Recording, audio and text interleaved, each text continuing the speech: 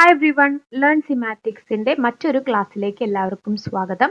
Kerala PSCയുടെ water അതോറിറ്റിയുടെ കീഴിൽ വരുന്ന ലാബ് അസിസ്റ്റന്റ് എന്ന് പറഞ്ഞ പോസ്റ്റിലേക്കുള്ള എക്സാം ഏപ്രിൽ ജൂൺ മാസങ്ങളിലായിട്ട് നമുക്ക് പ്രതീക്ഷിക്കാം.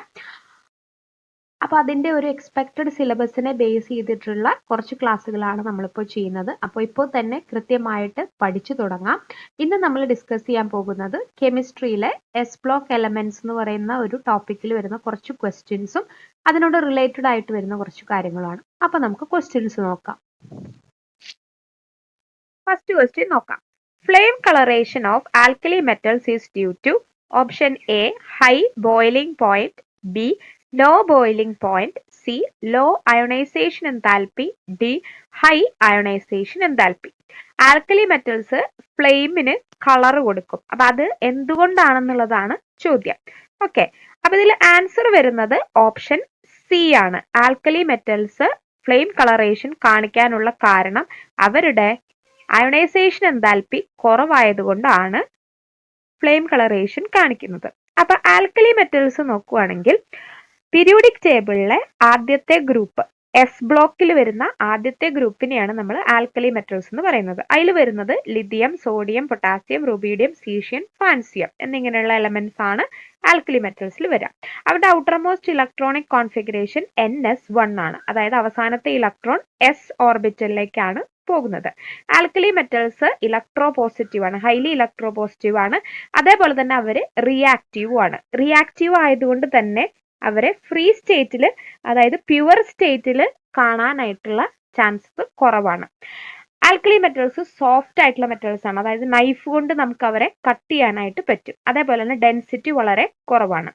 കമ്പയർ ചെയ്യുവാണെങ്കിൽ ഏറ്റവും ഡെൻസിറ്റി കുറഞ്ഞ എലമെന്റ് എന്ന് പറയുന്നത് ആൽക്കലി മെറ്റൽസിൽ തന്നെ ഏറ്റവും ഡെൻസിറ്റി കുറവ് പൊട്ടാസ്യത്തിനാണ്. ഇവരുടെ അയോണൈസേഷൻ എനർജിയുടെ ഓർഡർ, അയോണൈസേഷൻ എനർജി അഥവാ അയോണൈസേഷൻ എൻതാൽപ്പി എന്ന് പറഞ്ഞാൽ ഔട്ടർമോസ്റ്റ് ഇലക്ട്രോണിനെ റിമൂവ് ചെയ്യാൻ വേണ്ട എനർജിയാണ്. ഓക്കെ, അപ്പൊ ആ എനർജിയുടെ ഓർഡർ എന്ന് പറയുന്നത് ഈ രീതിയിലാണ് വരിക. ലിഥിയത്തിനായിരിക്കും ഏറ്റവും കൂടുതൽ, പിന്നെ സോഡിയം, പൊട്ടാസ്യം, റുബീഡിയം, സീഷ്യത്തിനായിരിക്കും അയോണൈസേഷൻ എൻതാൽപ്പി ഏറ്റവും കുറവ്. അതായത് സൈസ് കൂടുന്തോറും അയോണൈസേഷൻ എനർജി കുറഞ്ഞു കുറഞ്ഞു വരും. അവരുടെ സോല്യൂബിലിറ്റി നോക്കുകയാണെങ്കിൽ സൈസ് കൂടുന്നതിനനുസരിച്ച് സോല്യൂബിലിറ്റി ഇൻ വാട്ടർ കുറയുവാണ് ചെയ്യുന്നത്. റിഡക്ഷൻ പൊട്ടൻഷ്യൽ ഏറ്റവും കൂടുതൽ ആൽക്കലി മെറ്റൽസിൽ ലിഥിയത്തിനാണ്. അപ്പൊ ഇത്രയും പോയിന്റ്സ് ഒന്ന് ഓർത്തു വയ്ക്കാം. പിന്നെ ആൽക്കലി മെറ്റൽസ് ഫ്ലെയിമിന് കളർ കൊടുക്കുന്നത് നോക്കുകയാണെങ്കിൽ ലിഥിയം ക്രിംസൺ റെഡ് കളറാണ് കൊടുക്കുന്നത്.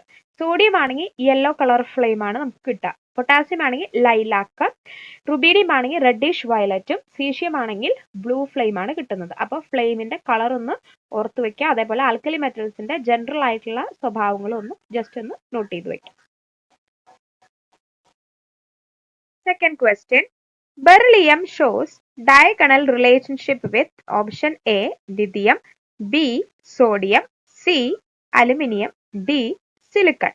ബെറിലിയം എന്ന് പറയുന്ന എലമെന്റ് ഏത് എലമെന്റുമായിട്ടാണ് ഡയഗണൽ റിലേഷൻഷിപ്പ് കാണിക്കുന്നത് എന്നതാണ് ക്വസ്റ്റ്യൻ. ഓക്കെ, ഇവിടെ ആൻസർ വരുന്നത് ഓപ്ഷൻ സി അലുമിനിയം ആണ്. ബെറിലിയം ഡയഗണൽ റിലേഷൻഷിപ്പ് കാണിക്കുന്നത് അലുമിനിയം ആയിട്ടുമാണ്.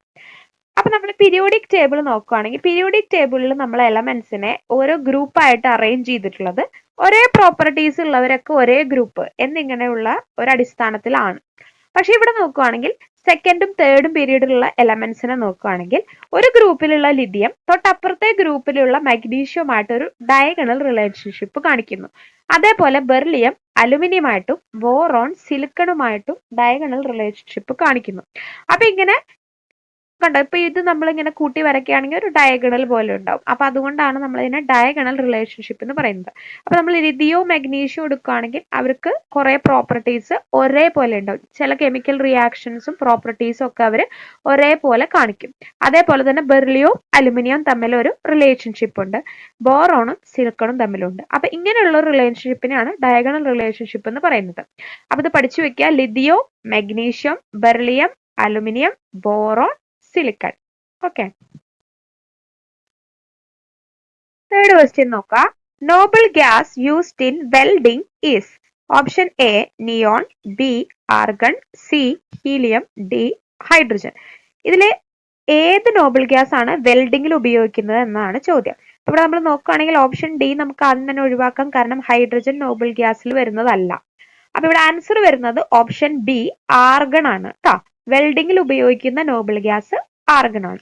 അപ്പൊ നോബിൾ ഗ്യാസസ് എന്ന് പറഞ്ഞാൽ പീരിയോഡിക് ടേബിളിലെ 18th ഗ്രൂപ്പ്, അവസാനത്തെ ഗ്രൂപ്പിൽ വരുന്നതാണ് നോബിൾ ഗ്യാസസ്. ഓക്കെ, അപ്പൊ ഇതിൽ കുറച്ച് നോബിൾ ഗ്യാസസും അവരുടെ യൂസസും കൊടുത്തിട്ടുണ്ട്, അത് നിങ്ങൾ പഠിക്കുക. ബൾബിലും ആർക്ക് ലാമ്പിലും വെൽഡിങ്ങിലും ഉപയോഗിക്കുന്ന നോബിൾ ഗ്യാസ് ആർഗൺ ആണ്. അതേപോലെ തന്നെ ബലൂണിലെല്ലാം നിറയ്ക്കാനായിട്ട് നമ്മൾ ഉപയോഗിക്കുന്നത് ഹീലിയം ആണ്. ഡിസ്ചാർജ് ലാമ്പുകളിലൊക്കെ ഉപയോഗിക്കുന്നത് നിയോൺ ആണ്. ഫോട്ടോഗ്രാഫിക് ഫ്ലാഷ് ആയിട്ട് ഉപയോഗിക്കുന്നത് സെനോൺ, ക്രിപ്റ്റൺ എന്നിങ്ങനെയുള്ള നോബിൾ ഗ്യാസ് ആണ്. അപ്പൊ അതൊന്ന് പഠിച്ചു വെക്കാം. Next question, fourth question. Epsom salt is option A MgSO4 7H2O, option B NaOH, option C CuSO4 7H2O, option D CaSO4 2H2O. തന്നിരിക്കുന്ന ഓപ്ഷനിൽ എപ്സം സോൾട്ട് ഏതാണെന്നാണ് ചോദ്യം. എപ്സം സോൾട്ട് എന്ന് പറയുന്നത് മഗ്നീഷ്യത്തിന്റെ സൾഫേറ്റിനെയാണ് കേട്ടോ. അപ്പൊ ആൻസർ വരുന്നത് ഓപ്ഷൻ എ MgSO4 7H2 ആണ് Epsom salt. അപ്പൊ ഇങ്ങനെയുള്ള ക്വസ്റ്റ്യൻസ് നമുക്ക് പ്രതീക്ഷിക്കാം. അതായത് പേര് തന്നിട്ട് കെമിക്കൽ ഫോർമുല, അല്ലെങ്കിൽ കെമിക്കൽ ഫോർമുല തന്നിട്ട് ഇതിന്റെ പേര് എന്നിങ്ങനെയുള്ള രീതിയിലുള്ള ക്വസ്റ്റ്യൻസ് നമുക്ക് പ്രതീക്ഷിക്കാം. അപ്പൊ കുറച്ച് എക്സാമ്പിൾസ് നോക്കുകയാണെങ്കിൽ ഇപ്പൊ കാൽഷ്യം ക്ലോറൈഡ് ഇപ്പൊ 6H2O ഹൈഡ്രേറ്റഡ് ഫോമിലാണ്. അപ്പൊ കാൽഷ്യം ക്ലോറൈഡ് ഹൈഡ്രേറ്റഡ് നമുക്ക് ഡൗഫ്ലേക്ക് എന്ന് വിളിക്കാം. അതുപോലെ നൈട്രേറ്റ് ആണെങ്കിൽ ലൈം സാൾട്ട് ബിറ്റർ എന്നോ നോർവീജിയം സാൾട്ട് ബിറ്റർ എന്നൊക്കെ പറയാം. ജിപ്സം എന്ന് പറയുന്നത് CaSO4 2H2 ആണ്.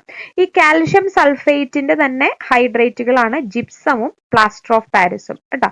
കാൽഷ്യം സൾഫേറ്റിന്റെ തന്നെ ഹൈഡ്രേറ്റുകളാണ് ജിപ്സം, പ്ലാസ്റ്റർ ഓഫ് പാരീസ്. അതൊന്ന് നോട്ട് ചെയ്ത് വെക്കാം. CaSO4 2H2 ആണ് ജിപ്സം, ഹാഫ് H2O ആണ് പ്ലാസ്റ്റർ ഓഫ് പാരീസ്. ഓക്കെ, അതേപോലെ കോപ്പർ സൾഫേറ്റിന്റെ ഹൈഡ്രേറ്റിനെയാണ് നമ്മൾ ബ്ലൂ വിട്രിയോൾ എന്ന് വിളിക്കുന്നത്. ഫെറസ് സൾഫേറ്റിന്റെ ഹൈഡ്രേറ്റിനാണ് നമ്മൾ ഗ്രീൻ വിട്രിയോൾ എന്ന് വിളിക്കുന്നത്. സിങ്ക് സൾഫേറ്റിന്റെ ആണെങ്കിൽ നമ്മൾ വൈറ്റ് വിട്രിയോൾ എന്ന് വിളിക്കുന്നു. കോപ്പറിന്റെ ആണെങ്കിൽ ബ്ലൂ, അയണിന്റെ ആണെങ്കിൽ ഗ്രീൻ, സിങ്കിന്റെ ആണെങ്കിൽ വൈറ്റ്. ഓക്കെ, പിന്നെ പൊട്ടാഷ്യാലം നോക്കാം. സോഡിയം കാർബണേറ്റിന്റെ ആണെങ്കിൽ വാഷിംഗ് സോഡ, അതേപോലെ സോഡിയം സൾഫേറ്റിന്റെ ആണെങ്കിൽ ഗ്ലോബേഴ്സ് സോൾട്ട് എന്നും പറയുന്നു. അപ്പൊ ഇങ്ങനെയുള്ള കെമിക്കൽ ഫോർമുലകൾ, അതിന്റെ പേരുകളൊക്കെ ഒന്ന് ഓർത്തു വെക്കാം. Fifth question, hydration enthalpy of alkaline earth metals decreases in the order. Options കൊടുത്തിട്ടുണ്ട്. അപ്പോൾ ഇതിനകത്ത് beryllium, magnesium, calcium, strontium, barium. അതായത് നമ്മുടെ പീരിയോഡിക് ടേബിളിലെ രണ്ടാമത്തെ ഗ്രൂപ്പ്, എസ് ബ്ലോക്കിൽ വരുന്ന രണ്ടാമത്തെ ഗ്രൂപ്പുകാരെയാണ് നമ്മൾ ആൽക്കലൈൻ എർത്ത് മെറ്റൽസ് എന്ന് വിളിക്കുന്നത്.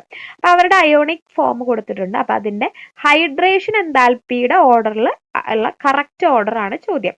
അപ്പൊ ഇവിടെ ആൻസർ വരുന്നത് ആദ്യത്തെ ഓപ്ഷൻ ആണ് കേട്ടോ. ബെറിലിയത്തിന്റെ അയോണിനായിരിക്കും ഹൈഡ്രേഷൻ എൻതാൽപ്പി ഏറ്റവും കൂടുതൽ, പിന്നെ മഗ്നീഷ്യം, കാൽഷ്യം, സ്ട്രോൺഷ്യം, ബാരിയം, അങ്ങനെ. അപ്പൊ ഇത് ഡൗൺ എ ഗ്രൂപ്പ് സൈസ് കൂടുകയാണ് ചെയ്യുന്നത്. അപ്പൊ സൈസ് കൂടുന്നതിനനുസരിച്ച് ഹൈഡ്രേഷൻ എൻതാൽപ്പി കുറയാണ് ചെയ്യാം കേട്ടോ. Hydration enthalpy decreases with increase in size. അപ്പൊ അതൊന്ന് നോട്ട് ചെയ്ത് വെക്കാം. അപ്പൊ നിങ്ങൾക്ക് ക്ലാസ്സസ് ഇഷ്ടാവുന്നുണ്ടെങ്കിൽ ലൈക്ക് ചെയ്യുക, ഷെയർ ചെയ്യുക. ചാനൽ ആദ്യമായിട്ട് കാണുന്നവരാണെങ്കിൽ സബ്സ്ക്രൈബ് ചെയ്യുക. നിങ്ങളുടെ സജഷൻസും ഫീഡ്ബാക്കും എല്ലാം കമന്റ്സിൽ അറിയിക്കുക. അപ്പൊ നമുക്ക് മറ്റൊരു ക്ലാസ്സിൽ കാണാം. Okay, bye, thank U.